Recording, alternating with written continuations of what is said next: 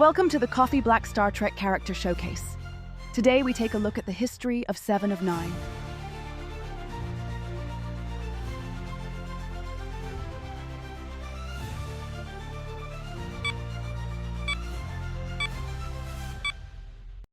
Seven of 9 was a human female who lived during the latter half of the 24th century into the early 25th century.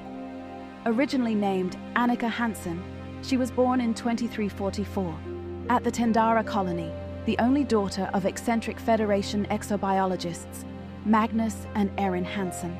As a child, her favorite color was red, and she had aspirations of being a ballerina one day. Annika once stayed with her Aunt Irene, who served her favorite treat, strawberry tarts. Irene revealed that one time she used the tarts to coax Annika out of the guest room. Annika was very strong-willed and did not hesitate to point out if the strawberries used in baking the tarts were not perfectly ripe. Annika's parents were exobiologists investigating the existence of the Borg. The Hansens made use of the SS Raven, a small long-range craft, to aid them in their investigation. During the late 2340s, they took Annika along with them at the age of 4.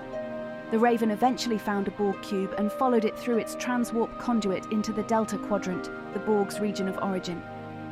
They gathered a massive amount of scientific data on the biology of Borg drones and the nature of the collective by traveling undetected through Borg space, by utilizing multi-adaptive shielding, invented by Magnus Hansen. On many occasions, they even went aboard Borg vessels, using biodampeners to remain undetected by the drones. Their quest for more research came to a tragic end in 2350 when an ion storm struck the Raven. The ship sustained damage to the multi-adaptive shielding. Despite only being offline for 13.2 seconds, the incident left them exposed long enough for the Borg to detect them and perceive them as a target for assimilation. The Hansens tried to evade pursuit by masking the Raven's warp trail, but the Borg still found and assimilated the Hansen family near Bomar space. After being assimilated by the Borg at the age of 6, Annika was placed in a maturation chamber, where the hive mind began to restructure her synaptic pathways and purge her individuality. She emerged as a Borg drone 5 years later, in 2355, and spent the next 18 years in the collective with the designation 7 of 9, tertiary adjunct of Unimatrix 01. As a drone, she assisted in the assimilation of millions, from individuals to entire species.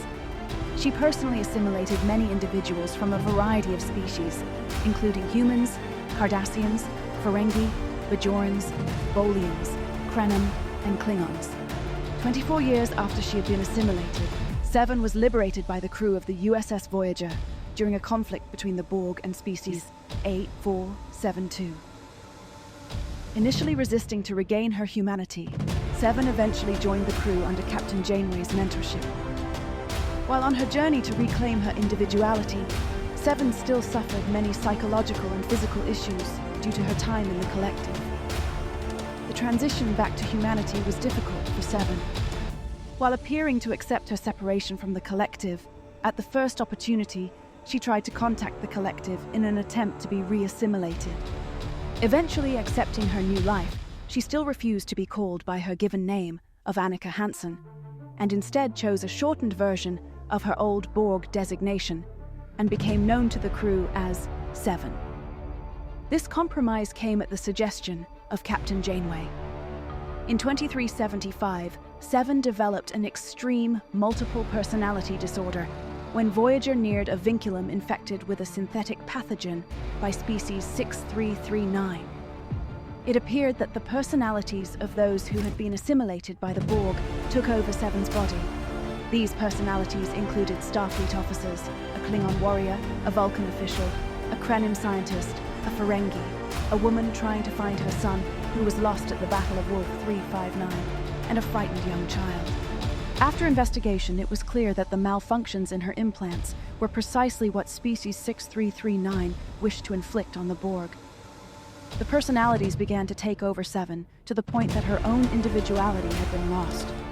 Fortunately, a mind meld from Tuvok allowed him to retrieve 7's consciousness, and the Voyager crew deactivated the vinculum. Despite her rough journey to regain her individuality, Seven was able to slowly build lasting friendships among the crew. She became very close to young Naomi Wildman and a former Borg drone named Icheb.